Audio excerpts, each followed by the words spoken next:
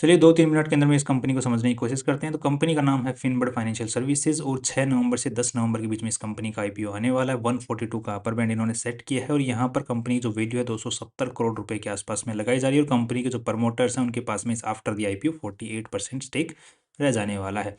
Company 70 crore रुपए उठा रही है जिनसे कंपनी काम में क्या लेने वाली है, working capital requirement, because company रोजमर्रा का जो काम है उसमें पैसा खर्च करने वाली है। अब ये कंपनी करती क्या है, तो कंपनी एज ए बिचौलिया रोल प्ले करती है। जिन लोगों को लोन चाहिए तो वो इस कंपनी के पास में फाइल लेके आते हैं अपनी, और साथ में ये कंपनी साथ में जुड़ी हुई है बैंक्स और एनबीएफसी के साथ में, जिनसे ये जो भी बेटर प्रोवाइड करती है सर्विस उसका लोन इनको दिलवा देती है। दैट मीन्स कि बैंक्स और एनबीएफसी को कस्टमर से जोड़ने का काम करते हैं, बीच में कमीशन कमाती है। और इस कंपनी से इंडिया के किसी भी कोने से कोई भी इंसान जो एज एजेंट जुड़ सकता है, तो एजेंट को भी ये जो कमीशन है उसका शेयरिंग दे देती है। तो it's a very good business model. यहाँ पर कंपनी के जो प्रमोटर्स हैं उनका स्टेक काफी कम हो जाने वाला है after the IPO. That's a negative point about this company. Next अगर देखते हैं तो कंपनी जो प्रॉपर्टीज यूज करती है वो सारी लीज के ऊपर में है। साथ में कंपनी जो लोगो नाम यूज करती है वो रजिस्टर्ड देखने को मिल रहा है। और साथ में कंपनी कर्नाटक और महाराष्ट्र में अच्छा खासा मार्केट कैप आज के दिन देखने को मिल रहा है। दैट मीन्स कि वहां पर अच्छा खासा इन्होंने फैला रखा है, सबसे ज्यादा लोन वहीं से बांट रहे हैं।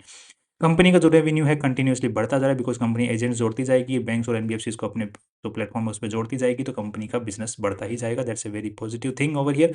और इस साल भी अच्छा खासा इंक्रीज होने की उम्मीद है। 832 तो लगभग 300 करोड़ से ग्रोस रेवेन्यू इस साल हो सकता है, जो कि अच्छा खासा रेवेन्यू ग्रोथ है। नेट प्रॉफिट्स को देते हैं तो 10 सीआर से ऊपर का एक्सपेक्टेड है इस साल होने का। अगर हम लोग 10 करोड़ के हिसाब से पी रेशियो फॉरवर्ड पी निकालें हैं तो 27 का पी निकल के आता है, जिसको हम कंपैरिजन करते हैं तो यहाँ पर देखने को मिल रहा है कि इसके मुकाबले महंगा है और इसके मुकाबले ठीक ठाक देखने को मिल रहा है। नेक्स्ट यहाँ पर पीबी रेशियो के हिसाब से हम लोग चेक करते हैं इस कंपनी को, तो यहाँ पर 70 करोड़ रुपए उठा रही है। 34 करोड़ 39 करोड़ के आसपास में पुराना नेटवर्थ है। तो लगभग अगर खर्चा वर्चा निकाल के 100 करोड़ का नेटवर्थ निकल के आएगा, जिसको अगर हम लोग पीबी रेशियो में कन्वर्ट करते हैं तो 2.7 होता है, जिसको कंपेयर करते हैं तो 1.9 और इसका है 3.81। दैट मीन्स की कंपनी वैल्यू ठीक ठाक लगा ली। सो पी रेशियो के हिसाब से और पीबी रेशियो के हिसाब से वैल्यू ठीक ठाक लगा ली है, और जो प्रमोटर्स उनका स्टेक कम हो जाने वाला है। तो these are negative points over here. But ये जो इसका बिजनेस मॉडल है काफ़ी लुक्रेटिव है, बिकॉज इसके ऊपर में लोन अगर कस्टमर ना चुका है तो भी कोई रिपरकशंस वगैरह नहीं है। बट दीज जो बिजनेस का मॉडल जो बिजनेस मॉडल है काफ़ी जो है एक्सपेंडेबल नजर आ रहा है और काफ़ी अच्छा खासा फैल चुके हैं। 2012 की खुली हुई कंपनी है। So these are positive things about this company.